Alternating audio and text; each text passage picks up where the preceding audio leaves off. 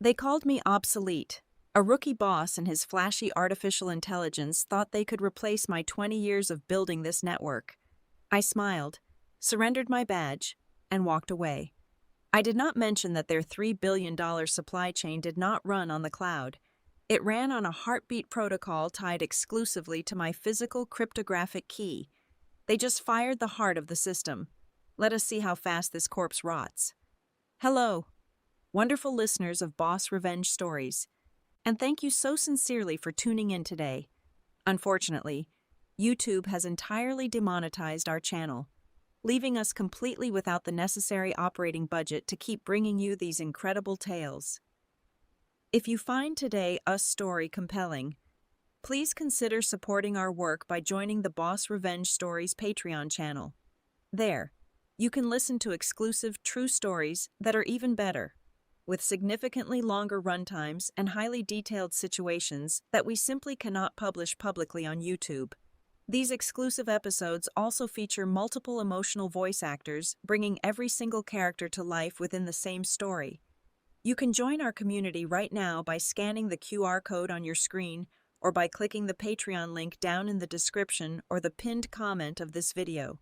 Now, let us begin today's journey into corporate arrogance and meet our protagonist, Hadley Roberts. I am Hadley Roberts, 39 years old, and for the last 20 years of my life, I have bled, sweated, and coded for Ethereum logistics.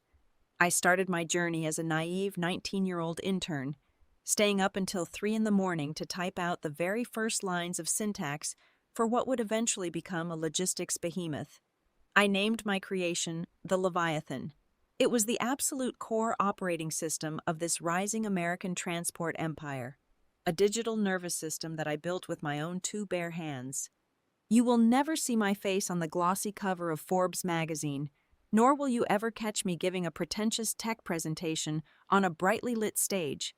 I absolutely despise the corporate media circus. My natural, preferred habitat is the subterranean server room, chilled to a crisp 68 degrees and illuminated solely by the rhythmic, blinking green and blue lights of endless data racks, fueled by an unhealthy and endless supply of sugar-free energy drinks.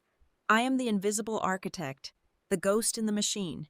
It is my silent work that keeps millions of tons of physical freight moving seamlessly across the nation, from the massive, fully automated shipping ports down in Miami to the complex autonomous freight truck corridors slicing through the mountains of Denver. My code ensures that American commerce never sleeps. Then the dark clouds gathered in the form of Trenton Vance. Trenton was a 28-year-old tech bro whose primary qualification for the chief executive officer position was having a wealthy uncle sitting comfortably on the board of directors. He walked into my building wearing $1,000 designer sneakers paired with tailored suits, speaking entirely in hollow Silicon Valley buzzwords. Trenton was dangerously obsessed with slashing operational costs to inflate his first quarter margins. His grand, reckless vision was to eradicate my entire human operations team and replace it with an untested, off-the-shelf, generative artificial intelligence system. He honestly believed that running a multi-billion-dollar national logistics network was just as simple as ordering a late-night meal on a delivery app. I tried to stop his madness. I filed formal, legally binding risk assessment documents detailing exactly how his shiny new artificial intelligence was fundamentally flawed. I explained to him and the board, in plain and simple English, that his system suffered from severe data hallucination vulnerabilities. If deployed on our live production servers, a single data hallucination could literally crash the entire national supply chain, sending freight to the wrong ends of the earth. Trenton completely ignored my dire warnings. Instead, he openly branded me an outdated conservative, a dinosaur desperately trying to stand in the way of technological evolution because I was afraid of losing my job. What Trenton and his board of yes-men did not know, and what they fundamentally failed to understand, was the absolute core architecture of the Leviathan. Exactly 5 years ago, Ethereum Logistics suffered a catastrophic ransomware attack from an overseas syndicate. We almost lost every single piece of data we had. In the quiet aftermath of that disaster, I engineered and installed something I called the Lazarus Protocol. It was the ultimate fail-safe defense mechanism. To maintain root operational authority, the protocol demanded a physical heartbeat. It required me to physically insert a military-grade encrypted USB token into the primary mainframe rack exactly once every 7 days. If the protocol went a full week without tasting that cryptographic token, the entire system would execute a hard freeze to lock out unauthorized data theft. It was a digital dead man switch, known only to me. It was a Tuesday morning when the notification violently popped up on my monitor. The subject line read, "Unexpected Personnel Restructuring Orientation." It was a mandatory meeting invite from Human Resources, and Trenton Vance was listed as the primary organizer. I knew exactly what that meant. My time at the company I had built from the ground up had officially come to an end. I did not panic. I did not shed a single tear. I simply took one last sip of my energy drink, stood up from my ergonomic chair, and walked over to the primary server rack. With a calm, steady hand, I reached behind the massive cooling fans, gripped the small metal drive, and pulled my USB token free. I dropped the literal heartbeat of Ethereum logistics into my deep coat pocket, turned my back on the flashing lights, and calmly walked out of the server room to face my executioners. The glass doors of Conference Room 4 slid open with a soft, mechanical hiss, sealing me inside a painfully sterile environment that smelled faintly of expensive cologne and cheap anxiety. Sitting confidently across the long mahogany table was Trenton, completely flanked by his 2 loyal corporate executioners.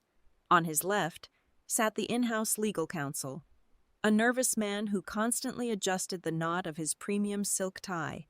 On his right was a human resources representative, a sharply dressed woman wearing a perfectly practiced, entirely artificial industrial smile that completely failed to reach her cold, calculating eyes.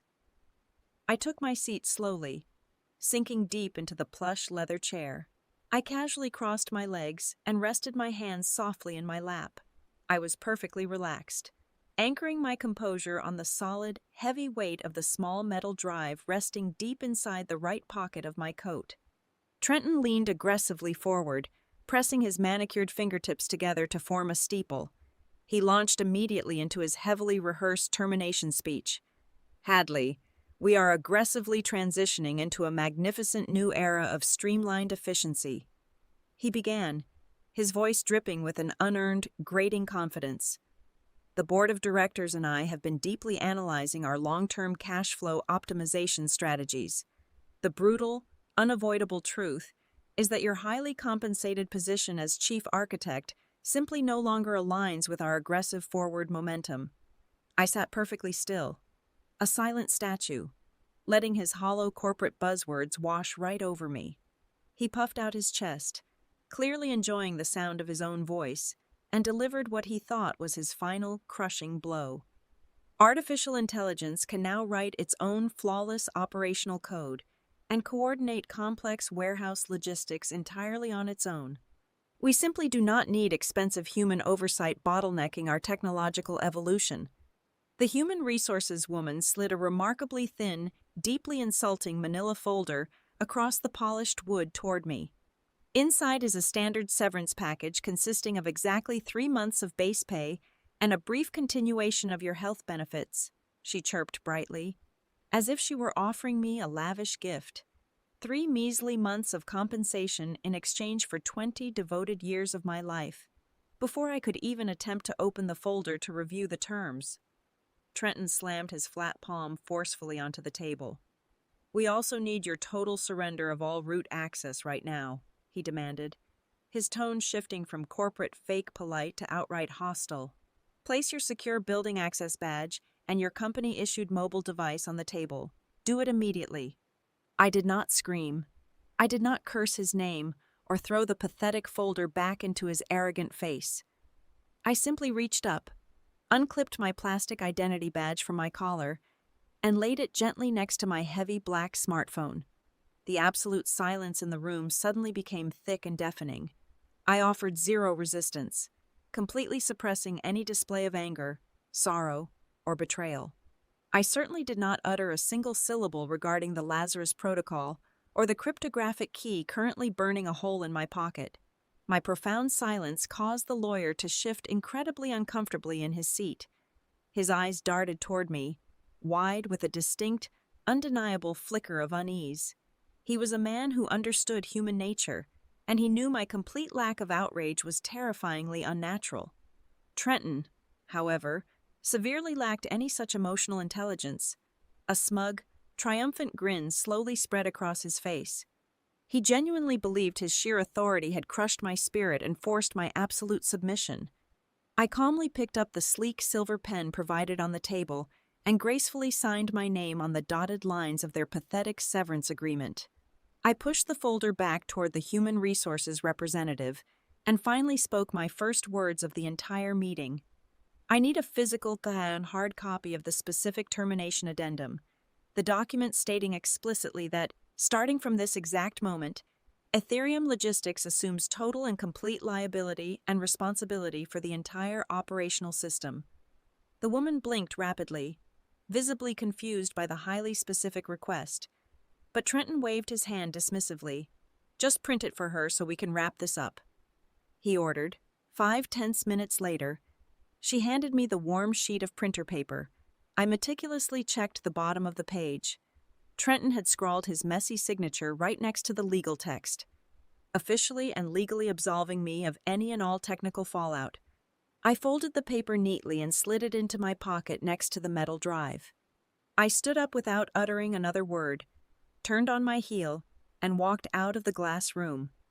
I navigated the familiar carpeted hallways one last time, pushed through the heavy revolving front doors, and stepped out into the crisp California air.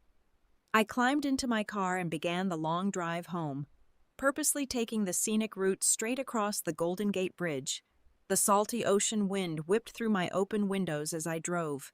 Halfway across the massive red steel structure, I rolled down my passenger window completely. I picked up my old personal phone, a secondary device that still maintained a passive synchronization link to the corporate mainframe, and tossed it effortlessly out into the roaring void. I watched it tumble down, disappearing forever into the dark, churning waters of the bay below. I pulled off the highway, stopped at a local coastal cafe, and purchased a large double espresso. I took a slow, deliberate sip, savoring the intense, bitter taste. Somewhere miles away, locked inside a dark server room, an invisible digital countdown had just begun ticking down from exactly 72 hours. Monday morning arrived with the crisp, unforgiving clarity of a shattered mirror. Exactly 72 hours had passed since I walked out of that glass conference room. Deep inside the subterranean server vault of Ethereum Logistics, the Lazarus Protocol woke up, searched the primary mainframe rack for its weekly physical cryptographic validation, and found absolutely nothing. There was no warning klaxon. There was no flashing error message sent to the cloud. The digital heartbeat of the $3 billion supply chain simply stopped dead. The physical cascade of failures was instantaneous and brutally silent. Across the country, all 40 massive national distribution centers simultaneously executed a hard lockdown protocol. Giant steel bay doors slammed down and locked into place, trapping thousands of frustrated warehouse workers inside loading zones.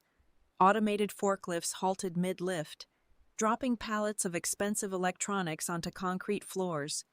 Out on the vast American highway system, the real nightmare began. Thousands of smart, autonomous freight trucks suddenly lost their satellite navigation uplinks to the central brain. Without the core data feed to guide them, their internal safety protocols instantly severed power to the drivetrains. 18-wheelers died right in the middle of the interstate, creating massive, immovable barricades of metal that paralyzed morning traffic from coast to coast. Oblivious to the unfolding national disaster, Trenton stepped out of the executive elevator carrying a massive iced matcha latte. He strolled into the glass-walled observation deck, expecting to see his beautiful, cost-effective artificial intelligence humming along flawlessly. Instead, he walked into a scene of absolute, unmitigated pandemonium. the massive monitor walls were bleeding red. His highly touted, completely unchecked generative system, entirely severed from the verified data core by the Lazarus freeze, had begun to aggressively hallucinate, desperate to fulfill active supply contracts without any real location data.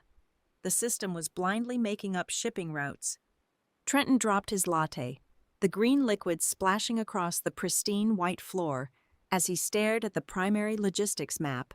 The artificial intelligence had just automatically purchased and rerouted 2 million tons of absorbent baby diapers directly to a series of sub-zero industrial meat freezers located in rural Texas.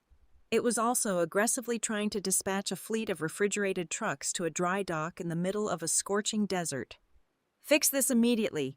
Turn it off and reboot the system," Trenton screamed at the sea of panicked technicians below. Down in the IT department, the atmosphere was a toxic mixture of adrenaline and pure terror. The server room was a war zone of discarded keyboards and sweating engineers. The lead systems administrator, a kid who had mocked my rigid security protocols just a week prior, was hyperventilating as he hammered away at a terminal.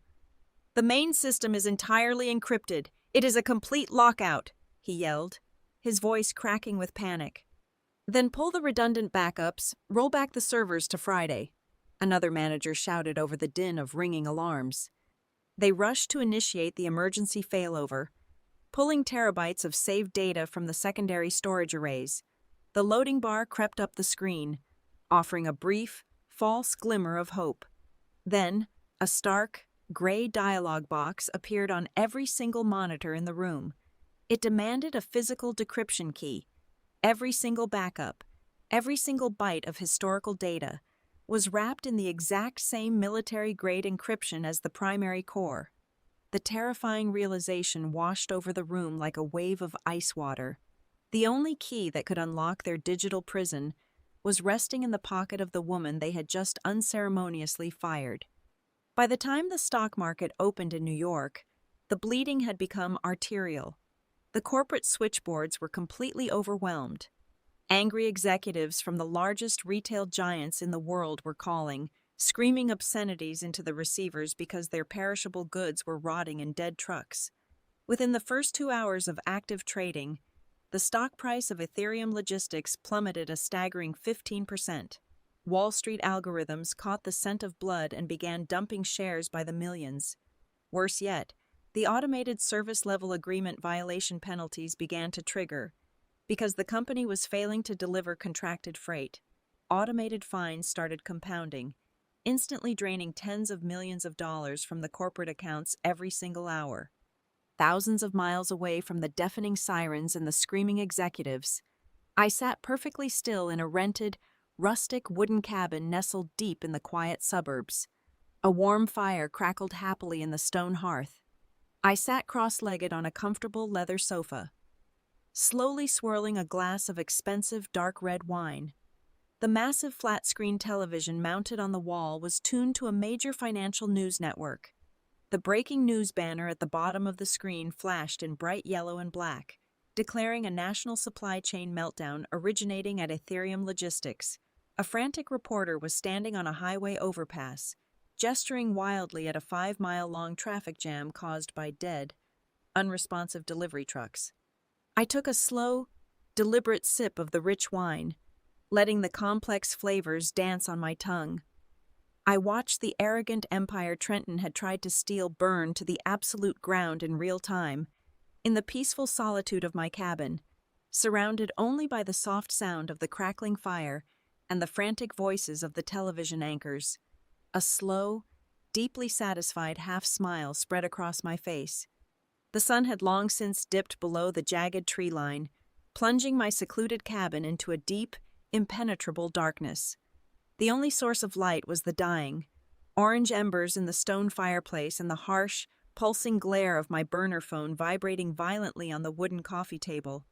The caller identification display showed a completely unknown number. I let it ring 3 distinct times before finally pressing the green answer button and lifting the cold plastic device to my ear. "Hadley, please, do not hang up this phone," a voice pleaded. Completely breathless and entirely devoid of its usual Silicon Valley swagger, it was Trenton. The absolute desperation in his tone was palpable, thick enough to cut with a heavy blade. "We are dying out here. The entire transport network is a completely useless brick. I am officially offering you 5 times your original base salary, plus a massive signing bonus, paid out immediately and completely tax-free. Just get in your car, drive back to the corporate office, walk into the main server room, and press whatever unlock button you need to press. Name your exact price. Hadley. We will pay absolutely anything you want." I listened to his pathetic whimpering for exactly 10 slow seconds, letting the silence stretch out and suffocate him. My voice, when I finally spoke, was as cold and unyielding as the frozen server racks sitting in his building. "I do not know what you are talking about. Trenton, Ethereum Logistics assumed total and complete legal liability for the operating system when you signed my termination papers. Good luck managing your new artificial intelligence." I firmly pressed the red button, severing the digital connection instantly, and tossed the phone onto the soft cushion beside me. What I did not fully appreciate at that exact moment was the sheer, terrifying depth of corporate malice a cornered animal could summon. Trenton and his hand-picked board of wealthy directors realized very quickly that they could not possibly resurrect the rotting corpse of their supply chain. The financial bleeding was entirely fatal. So, rather than accept the public blame for their own catastrophic incompetence, they pivoted to a deeply sinister, highly illegal backup plan. They needed a sacrificial lamb, and I was the absolute perfect target. Within 1 single hour of my brief phone call, the executive suite of Ethereum Logistics placed a frantic, highly coordinated emergency call to the Federal Bureau of Investigation and the National Cybersecurity Agency. They did not report a massive system failure caused by their own reckless negligence. Instead, they fabricated a spectacular, incredibly dangerous lie. They officially accused me, their former chief architect, of being a malicious, vengeful insider threat. Trenton handed federal investigators meticulously forged internal server logs, falsely claiming I had deliberately planted a devastating piece of extortion ransomware deep within the mainframe just moments before I was officially fired. The legal motive they provided was as brilliant as it was vile. Ethereum Logistics carried a massive, comprehensive cybersecurity insurance policy valued at exactly $500 million. The board told the federal agents that I had engineered the entire national collapse in a twisted extortion plot to secretly demand a massive cut of that specific insurance payout. By Tuesday morning, the corporate machine had successfully weaponized the entire national media against me. I woke up to a barrage of frantic breaking news alerts flashing across my secondary laptop screen. Every single major television news network was running the exact same terrifying headline, clearly spoon-fed directly to them by Trenton and his expensive public relations team. They boldly called me a disgruntled, dangerous former employee who had selfishly paralyzed the entire national logistics network out of pure, unadulterated spite. My face, lifted directly from an old, unsmiling corporate directory photograph, was plastered across every single channel next to heavy, terrifying words like cyber-terrorism and critical national security threat. The full, crushing weight of the United States government moved with terrifying, unprecedented speed. I opened a new browser tab and attempted to log into my secure banking portal just to check my available balances. A stark, bright red "access denied" error message flashed angrily across the screen. My personal checking accounts, my long-term retirement funds, and even my emergency credit lines had been completely and urgently frozen by a direct federal mandate. I was entirely cut off from the outside world, financially neutralized and isolated in the blink of an eye. The invisible net was closing in rapidly, tightening violently around my throat. The heavy, peaceful silence of the surrounding forest was suddenly shattered by the aggressive, rhythmic crunch of heavy tires rolling fast over the gravel driveway of my rented cabin. I walked slowly to the front window, keeping my body hidden in the shadows, and peered carefully through the wooden blinds. 3 massive, black unmarked sport utility vehicles had aggressively blocked the only exit route. A dozen heavily armed federal agents poured out of the vehicles, their dark tactical vests boldly emblazoned with those three terrifying yellow letters. They moved with absolute, silent military precision, fanning out rapidly to secure the entire perimeter of the wooden property. Heavy, violent pounding rattled the sturdy wooden front door, threatening to break it off its iron hinges. Federal Bureau of Investigation. We have a signed federal search warrant. Open this door immediately. A deep, incredibly commanding voice bellowed from the wooden porch. To the rest of the watching world, I was completely trapped. I was a lone, defenseless woman violently cornered in a secluded cabin, staring directly down the dark barrel of multiple federal indictments. The complex charges Trenton had so meticulously fabricated carried a mandatory maximum sentence of life in federal prison for the willful, malicious sabotage of critical national infrastructure. The corporate vultures had successfully painted me into an inescapable, terrifying corner, fully expecting me to crumble instantly under the overwhelming, crushing pressure of a full-scale federal raid. They honestly thought they had finally won the game. They truly believed they had successfully buried me alive under a massive mountain of perfectly crafted lies. I did not flinch as the heavy, violent pounding echoed through the quiet wooden walls of my cabin. I had not spent 20 arduous years building impenetrable digital fortresses just to be caught completely off guard by a spoiled child throwing a desperate corporate tantrum. The simple truth was, I had perfectly predicted this exact, cowardly maneuver from Trenton exactly 6 months ago. During the very first week he assumed the executive chair, he was terribly predictable in his blinding arrogance. I slowly smoothed the soft fabric of my sweater, walked calmly to the heavy wooden front door, and unbolted the thick iron deadbolt. I swung the door wide open, fully revealing the heavily armed tactical team swarming my front porch. I did not raise my hands in surrender. I did not scream or beg for mercy.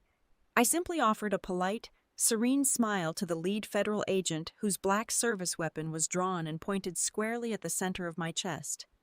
"Good morning, gentlemen," I said, my voice perfectly steady and completely devoid of any trace of fear. "I assume you are here regarding the catastrophic network failure at Ethereum Logistics. Please, lower your weapons and step inside out of the freezing cold. I have been expecting you." The lead agent, a tall, stern man with graying temples and sharp eyes, hesitated visibly. He was completely thrown off by my utter lack of panic. He slowly lowered his firearm and stepped cautiously into the living room, closely followed by 2 other senior investigators. "Ms. Roberts, you are currently under an active federal investigation for malicious cyber terrorism and industrial sabotage," he stated gruffly, trying to regain his authoritative footing. "Please, have a seat," I replied smoothly, gesturing to the rustic wooden dining table in the center of the room. I walked over to the far corner of the cabin, knelt down, and pulled back an old woven rug. I spun the heavy steel dial of a massive, fireproof floor safe concealed beneath the floorboards. With a solid, satisfying click, the thick steel door swung open. I reached deep inside and pulled out a heavy, locked metal briefcase. I placed it gently onto the dining table right in front of them and popped the dual locking latches. Inside rested 3 pristine, disconnected physical hard drives. This was my ultimate insurance policy. Offline physical data that absolutely no corporate network, cloud server, or remote hacker could ever reach, alter, or delete. I pulled a high-speed decryption cable from the case and connected the first heavy drive directly into my secondary laptop. I turned the bright screen around so the 3 federal agents could see it clearly. "You were officially told that I maliciously planted extortion ransomware into the mainframe just moments before my forced termination," I began, launching into my presentation with the practiced, methodical ease of a senior university professor. "That accusation is a complete fabrication. Let us begin with Exhibit A." I clicked open a secured folder, bringing up hundreds of legally recorded internal meeting transcripts and highly detailed, time-stamped bug report emails. "These are my formal risk warnings, legally documented and repeatedly sent directly to the executive board over the past 6 months.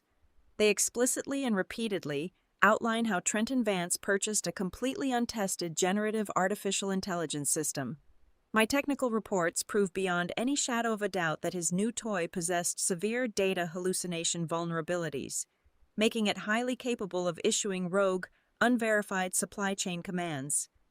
I played a crisp, perfectly preserved audio file. Trenton's arrogant, dismissive voice filled the quiet cabin, blatantly ignoring my safety warnings and explicitly ordering the immediate implementation of his system without any safety protocols.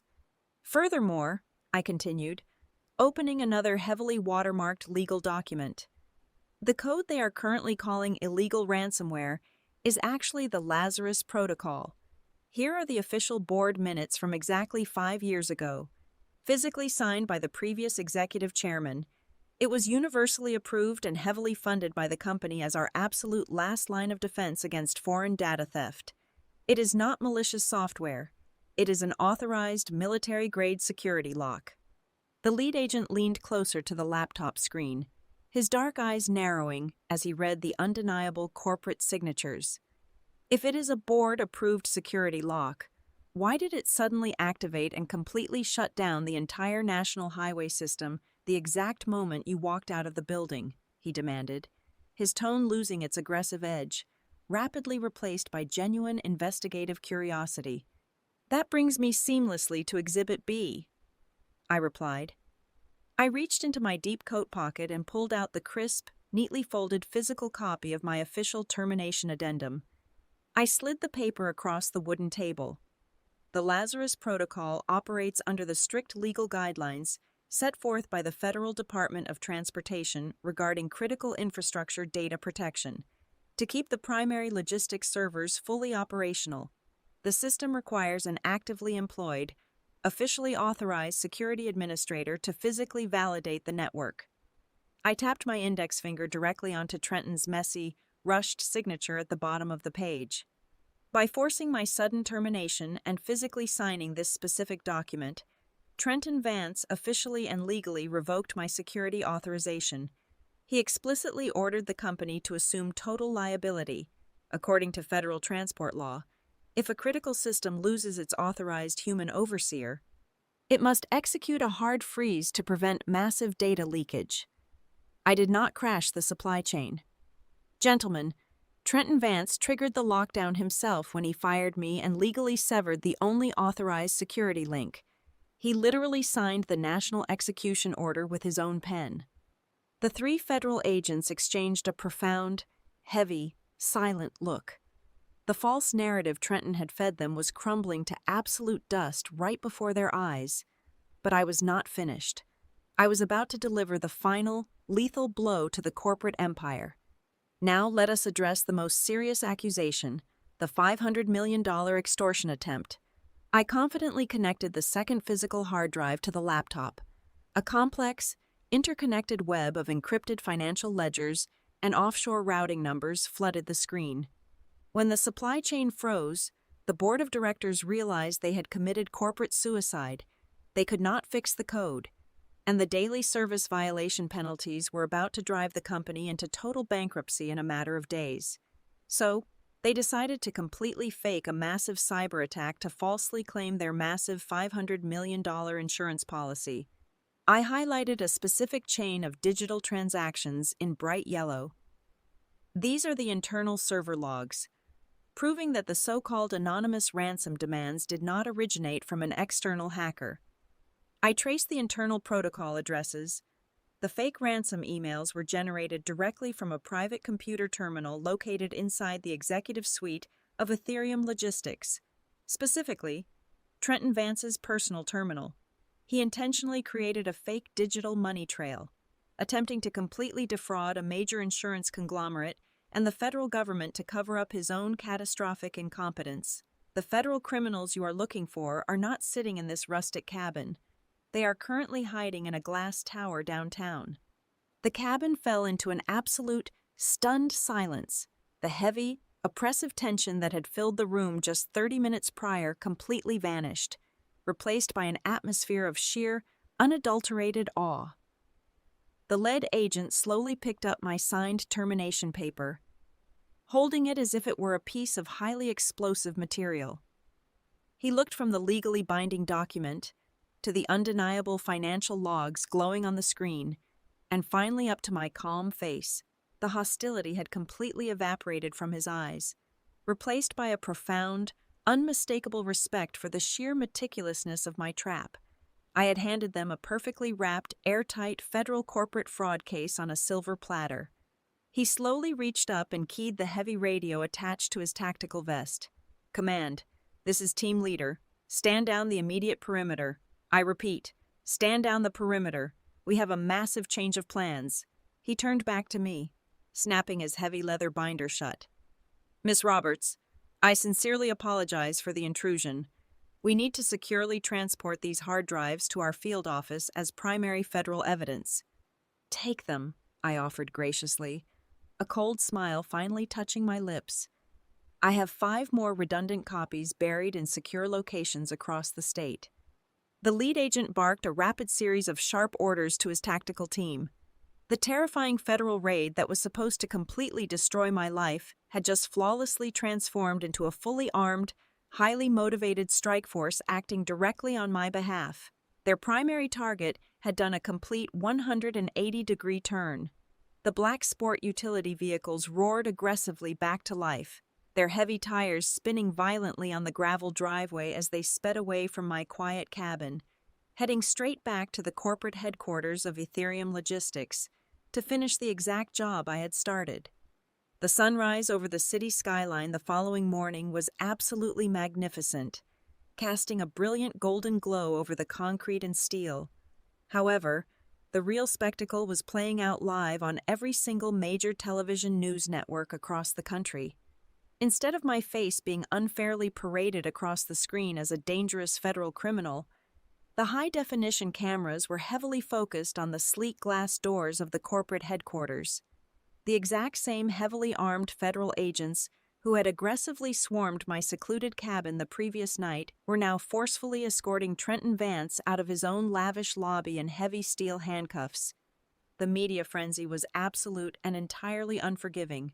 Dozens of reporters shouted overlapping questions as Trenton, looking entirely broken and completely stripped of his usual arrogant demeanor, was violently shoved into the back of a dark federal transport vehicle. The official news anchor proudly announced that the young executive was formally indicted on multiple severe federal charges, including massive insurance fraud and deliberately filing false criminal reports to federal authorities. The corporate domino effect was immediate, brutal, and entirely lethal. Stripped of its operational digital heartbeat, permanently denied the massive $500 million insurance payout, and currently drowning in a completely unprecedented public legal scandal. The logistics empire rapidly bled to death. The financial hemorrhage was absolutely impossible to stop. In just 2 incredibly short weeks, the once mighty American logistics empire formally filed for Chapter 11 bankruptcy protection. The massive corporate exodus that followed was staggering to witness. Major shareholders panicked wildly and rapidly liquidated their entire portfolios, causing the overall valuation of the once proud company to completely vaporize into absolute zero. The federal bankruptcy courts moved with a cold, ruthless efficiency to settle the catastrophic financial mess, to satisfy the massive mountain of compounding debt owed to furious retail partners and ruined vendors. A federal bankruptcy judge officially ordered a total liquidation auction. The entire physical infrastructure of the company, the massive national warehouse network spanning from coast to coast, the endless fleets of completely dormant autonomous freight trucks, and the incredibly complex proprietary technology were violently chopped up. These invaluable physical and digital assets were aggressively placed on the auction block, forcibly sold off for mere pennies on the dollar to anyone willing to take on the massive dead weight of the paralyzed systems. During the incredibly tense final hour of the closed-door corporate liquidation auction, a massive, entirely unexpected twist occurred that left the financial world completely stunned. A completely unknown, incredibly well-funded private holding firm named Apex Core Limited Liability Company suddenly emerged from the corporate shadows, operating entirely through a highly aggressive team of silent corporate attorneys. The mysterious entity ruthlessly outbid all the other corporate scavengers who were trying to pick the bones clean. They successfully swallowed the massive rotting corpse of the former empire completely whole, legally acquiring the entire national infrastructure, all the physical hardware, and every single dormant asset for a mere 3% of its actual staggering market value. The newly minted chief executive officer and sole legal owner of Apex Core Limited Liability Company was none other than myself, armed with an ironclad briefcase full of federal legal ownership documents. I confidently walked through the eerily quiet, abandoned carpeted hallways of the very same headquarters I had been violently banished from less than a single month prior. There were no arrogant executives left to stop me, no fake smiles from human resources to tolerate. I stepped smoothly through the heavy reinforced security doors and happily entered the familiar freezing sanctuary of the primary server room. I walked directly to the massive main data rack, reached deep into my warm coat pocket, and retrieved the heavy life-saving metal drive. With a smooth, heavily practiced motion, I firmly plugged the cryptographic token right back into its rightful waiting port. A sharp, incredibly crisp electronic tone instantly echoed through the silent freezing room. A bright, beautiful green light violently flared to life on the primary command console. Voice authorization required. The familiar automated system requested, its digital tone ringing clearly in the empty space. Apex Core Actual. Command override officially accepted and verified. I stated clearly and confidently into the microphone, in a mere fraction of a single second. The massive dormant digital beast woke up from its forced slumber. Across the entire United States of America, the frozen logistics network instantly thawed. The heavy steel bay doors of 40 massive distribution centers simultaneously rolled upward with a triumphant mechanical roar. Thousands of massive freight engines violently rumbled back to life on the sun-baked highways, their vital satellite uplinks completely and flawlessly restored. The massive $3 billion supply chain began to breathe, pump, and operate flawlessly once again, running smoothly and efficiently, exactly as if the catastrophic world-ending crisis had never even occurred. Leaving the humming server room behind, I slowly rode the private executive elevator all the way up to the top floor and walked confidently into the lavish glass-walled executive suite. I sat down heavily into the incredibly plush leather chair that once belonged to the foolish young man who had arrogantly tried to destroy my life. I spun the chair around to directly face the massive floor-to-ceiling window, looking out over the sprawling, beautiful city far below. I let out a soft, deeply triumphant sigh, completely relaxing my shoulders for the first time in weeks, and smiled a genuine victorious smile softly to myself. If you do not know how to deeply respect the beating heart of the complex machine, then do not be entirely surprised when its original creator aggressively uses that very same dead corpse to successfully build a brand new throne. Thank you so incredibly much for taking the time to listen to the story today. My wonderful and loyal audience, where in this big world are you currently tuning in from today? Please let me know down in the comments below. If you truly enjoyed this intense journey today and want to help keep this channel alive, please sincerely consider supporting our hard work by joining the Boss Revenge Stories Patreon community. Over there, you can listen to our absolute best, entirely exclusive true stories that are far too intense, gritty, and detailed to ever publish publicly on YouTube. You can easily join our private community right now by simply scanning the QR code currently displayed on your screen, or by clicking the direct Patreon link provided down in the description or the pinned comment of this video. Thank you again for your amazing support, and have a wonderful day.